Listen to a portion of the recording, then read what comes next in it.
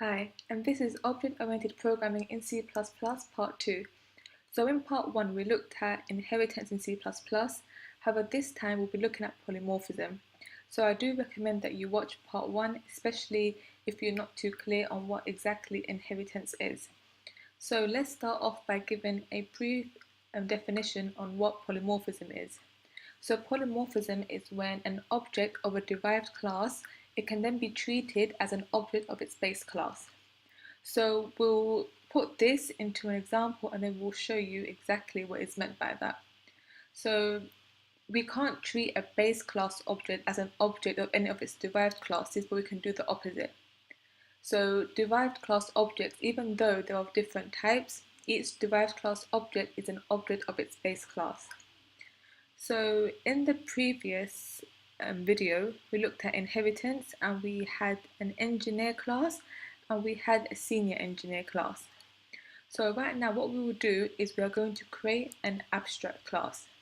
So in C++, an abstract class requires a virtual function, and more specifically a pure virtual function. So let's go ahead and first of all create a new file. So let's do it this way. So we'll do, so right click, new file, we'll create a C++ file and we'll name this one, let's go for engineer base, and we'll go next, and then we'll create that file. So again, as usual, we'll have a header file and we have a CPP file. So this is what Xcode does. Again, usually I like to just make it a H.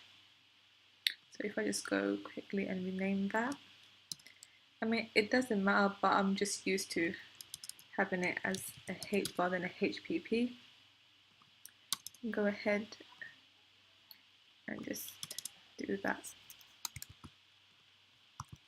Okay, so now we can go ahead. So first of all, let's start off by building our engineer base class. So all our derived class will now use this base class. So what we could do is I could go inside the engineer class rather than copying and pasting code.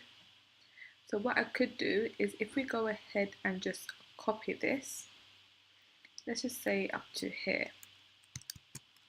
We'll go inside our engineer base. We can remove this, so we don't really need this. Okay, so our class is called engineer base, and all our derived classes will use this object. So not all the derived classes will have a base salary and an awarded bonus, so that will need to be removed.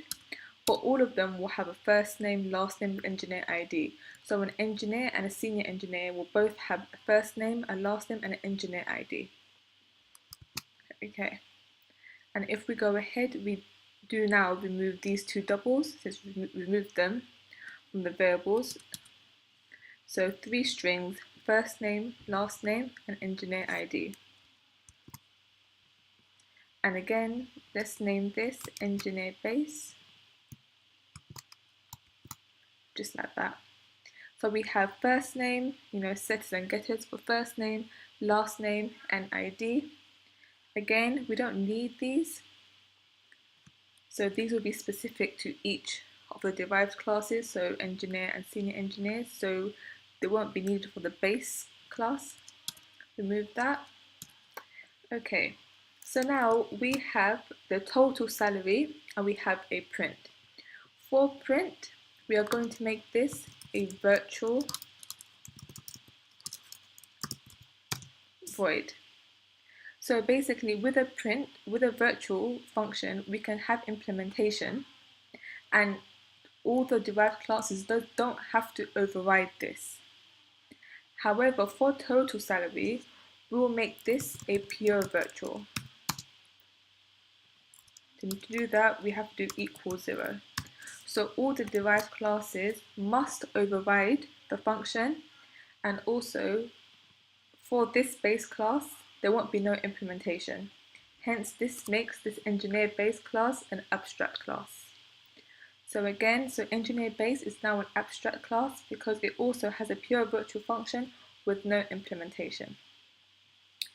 So what else do we need to do now? And again, just to finalize this, we need to have a virtual destructor. So if we go ahead, and this is marked by a squiggly line, like that, and then we do engineer base, just like that.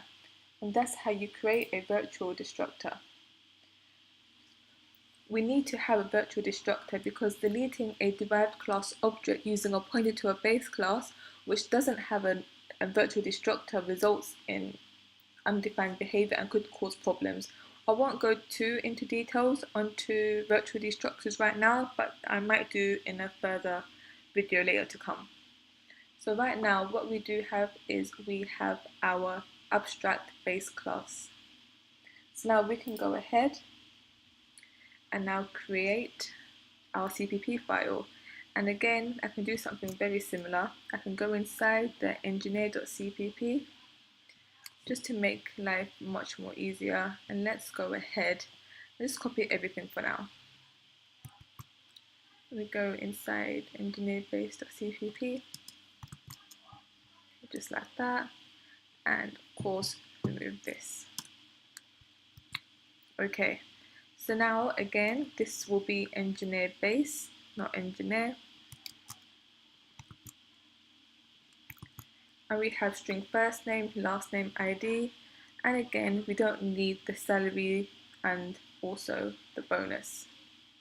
So we can just go ahead and remove that. What we do have is we have first name, last name, and engineer ID, and again we don't need these two as well. And I think I'm missing a closing bracket here, so let me just close that. Okay, so we have again as the base, so each of the derived classes should have a first name, last name, and an ID. So let's go ahead and replace engineer with engineer base for last name and the ID. And again, we don't need these now because these will be specific to each derived class, so this won't be in here because not all the objects, again, will have a award bonus. So remove that. Let's remove that. Okay.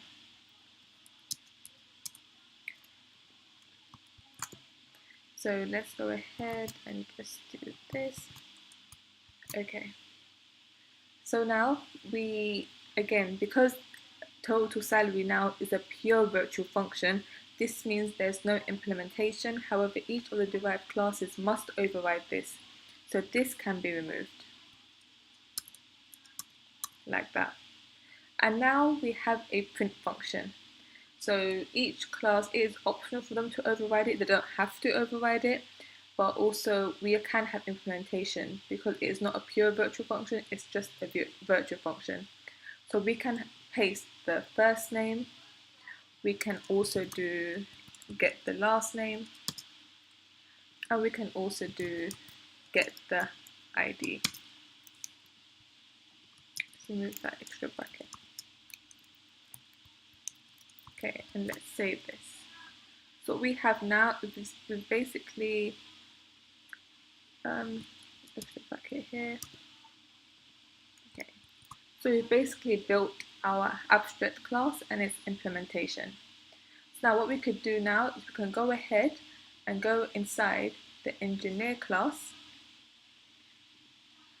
and now we can refactor this to extend the base class, which is engineer base. So we do class engineer and we extend engineer base, just like that. And of course we need to get the file. So if we go ahead and let me just copy this, go inside here, and then we can just include it, just like that. Okay, so now we don't need these because these will be picked up from the engineer base class. So specifically to this class, an engineer has a base salary and an awarded bonus.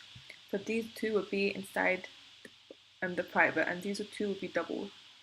So now inside engineer, we have the parameters. So we have string, first name, last name, ID, and we also have the two doubles, which are the base salary and the awarded bonus. Again, we create a virtual destructor. So if we go ahead and let me just do that quickly. So engineer, just like so. So now what we could do is we don't need these now because again these will be picked up from the base class. So I can remove these. And now all I need is set base salary, get base salary, and awarded bonus, and get awarded bonus.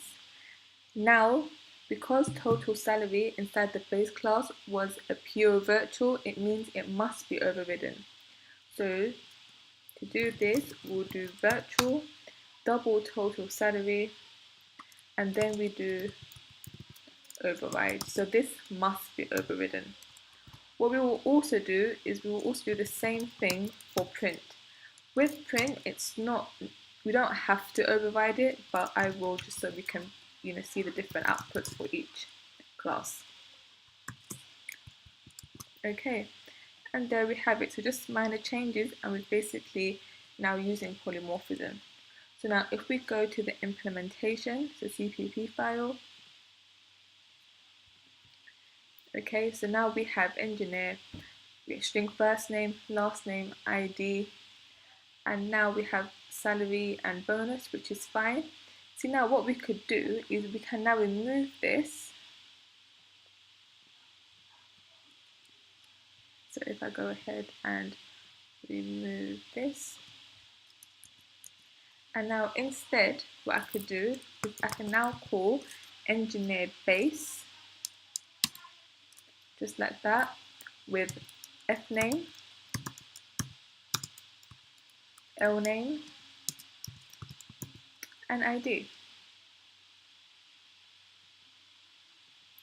And now inside here we'll have set base salary and set awarded bonus. So now here it calls the base class with the first name, last name, and the ID. And again, we can now remove these. As you can show, they are showing errors. So we can now remove these. And this as well. Okay, so now an engineer will have a set base salary and will have the bonus. And now inside total salary, so now this would be specific to this class. So we can go ahead and say get base salary plus get award bonus, so that won't change. And also we now have a print function. So inside this print function, what we could do is now we can call the base class print, and on top of that we can extend this print function. So I can now go ahead and say let's print engineer base print. So now this will print whatever's inside the engineer base print, which prints out the first name, the last name, and the ID.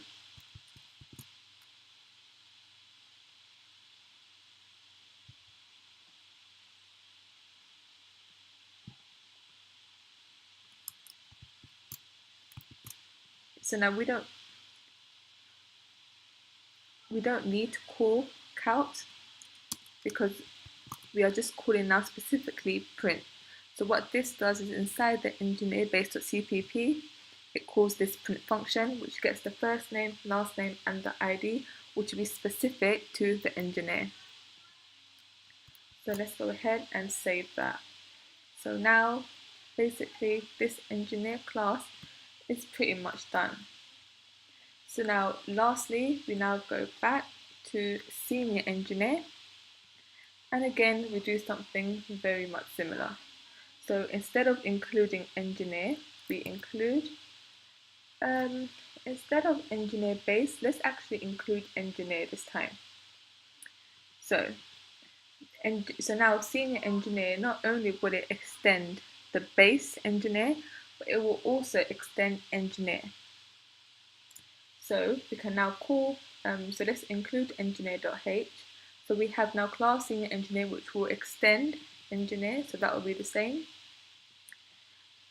And now we have here extended salary, so a senior engineer will have that extra more salary.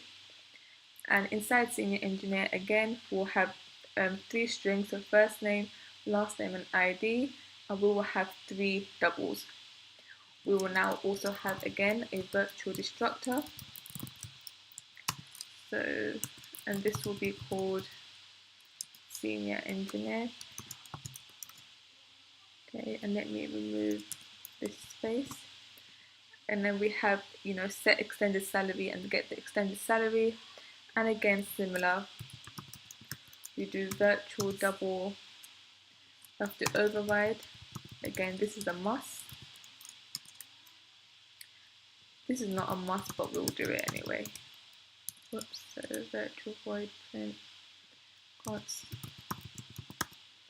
override. There you go. So now I go back inside the senior engineer. Not much changes will be done. So we have again first name, last name, ID, salary, the bonus, and the extended money that they get. Again, we'll now call engineer similarly that we did in the previous video with first name, last name, ID, salary, and bonus, and then we call the extended salary. So this will be the same, this will be the same. And again, with the print, we are now calling the engineer print. So this engineer print will also call the engineer base print. So again, it's like a hierarchy. So now senior engineer is using engineer and engineer base and its functions, and that is how polymorphism works. Okay, so before we go ahead and actually run the main program, let's just go back to our engineer base and let's look at the print functions. So inside engineer base, we're going to print the first name, last name, and get ID. So for both engineer and senior engineer, this will always be printed. So if we go back to our engineer.cpp, okay, so we don't need to print the first name again because it will call it from the engineer base. So let's go ahead and remove that. So for engineer, it will call the get base salary and get awarded bonus. And again, same thing for senior engineer. So it will call the engineer base and it will call extended salary. So it will call, for senior engineer, it will call the engineer base, but it will also call the engineer print as well. So that's basically, again, it's like a hierarchy, so it basically prints out both. So now if we go ahead in the main, so let's go ahead and let's just call the print function. So if we go ahead and remove this, and again, let's comment out these two for now. So we're calling engineers print and we're also calling the senior engineer print. So if we go ahead and run this, so now as you can see, it prints out Thomas Walker's and his ID, and it also prints out his 2 salaries. And again for senior engineer Anne, same thing, Anne Smith, her ID and her salaries. So now what we could also do now is I'll go ahead and copy this. So we'll get the engineer total salary.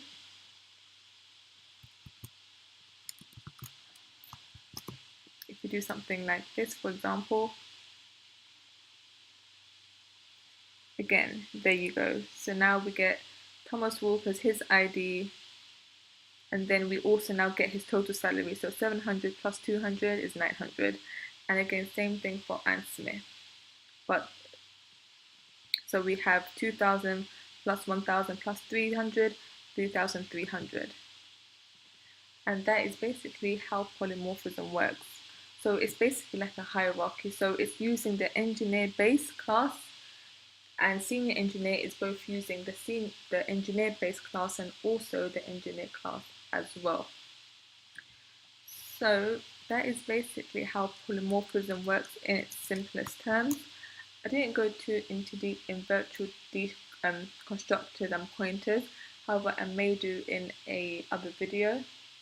So polymorphism is basically, it processes objects of classes as if they were all objects of the base class in the same class hierarchy. So the relationship applies only from a derived class to its direct and indirect base class.